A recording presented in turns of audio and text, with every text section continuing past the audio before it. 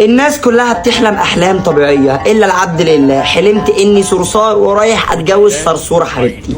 شوفوا اللي حصل. عمي انا صرصار عايز اطلب شنب صرصوره بنت حضرتك.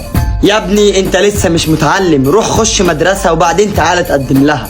عمي انا دخلت مدرسه وبقيت في ابتدائي عايز اطلب شنب صرصوره. يا ابني انت لسه في ابتدائي، لما تخش اعدادي يبقى تعالى تقدم لها. عمي انا خدت الابتدائيه ودخلت اعدادي عايز اطلب شنب صرصوره بقى. يا ابني انت لسه في اعدادي، خد الاعداديه ولما تخش ثانوي تعالى تقدم لها.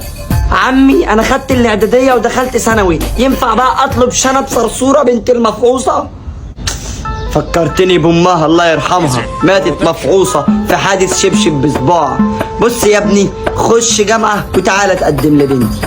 عمي انا خلصت ثانوي وبقيت في جامعه، ينفع اطلب شنب صرصوره بنت لا ما اسمحلكش، انا بنتي الف ولد يتمنى شعره من شنبها. كل يوم بايته في بلاعه شكل، بس متربيه كويس.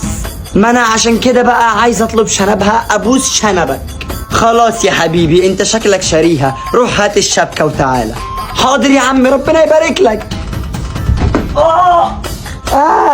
ايه ابو عمو، انت اخبارك ايه واخبار العيال ايه؟ ايه ده صرصار؟